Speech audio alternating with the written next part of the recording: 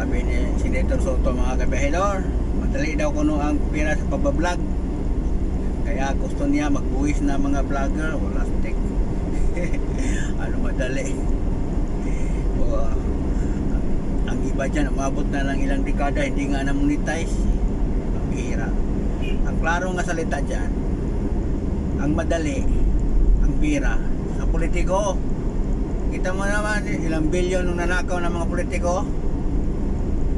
Pagbablog, hindi madali makita ng pera yan. Nakaw. Meron iba dyan nga, umabot ng dekada, hindi na monetize. Kaya ko, di ba? Di ba? So kaya, huwag kayo mag-isip na doon na naman kayo kukuha ng pera sa vlogger. Tapos nakawin lang mga politiko. Los. Mayroon pang nakaamba nga ano, yung sa mga bangko. Kuha pa ng tax. Ano ba yan? Napuro na lang kayo pamira. Tapos ninakaw lang ang mga binubuhis ng tao. Plastic talaga. Dapat ang isipin nyo, paano mawala ang korap. Hindi kayo mag-isip kayo kung saan kayo hagilap ng pera. Unang pinagdiskatahan nyo yung ano, yung mga pera ng mga tao nga doon sa bangko. Gusto nyo may ano, mayroon din kayo mapala.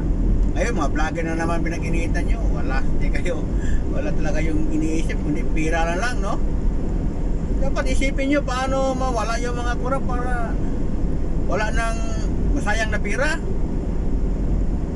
Inisip nyo lang ano lang eh, paano makahanap ng source ng pera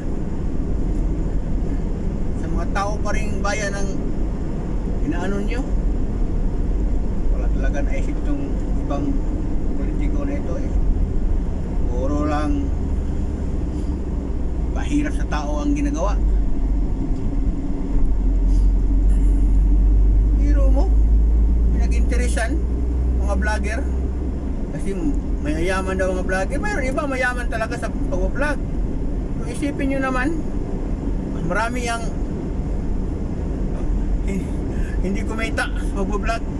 Hindi nga na-monetize eh. Ginoo, pinag-interesan pa mga vlogger. Dapat ang isipin nyo, paano ma-solve ang mga kurap yung mga kasamahan dyan ng politiko. Kasi sila nagpahirap sa bansa natin. Nakaw ng pera. Hanggang ngayon, puro lang investigation, wala na nakulong. Samantala yung ibang mga ordinaryong tao, nakulong kaagad. Diba? Kaya hindi ko masisi kung bakit maraming mga tao nga wala nang tiwala sa gobyerno natin. Dahil din niya sa inyo nagdadala. Pero ngayon, daming umaalma. Lagi na naman nagsikitaan nyo. Dapat na pag-isipan nyo yung ano, paano ma-solve yung mga kurap nga hindi na makapanakaw ng pera. Yun, di kayo hanap kayo ng ibang source ng pera para nanakawin din. Wala, di kayo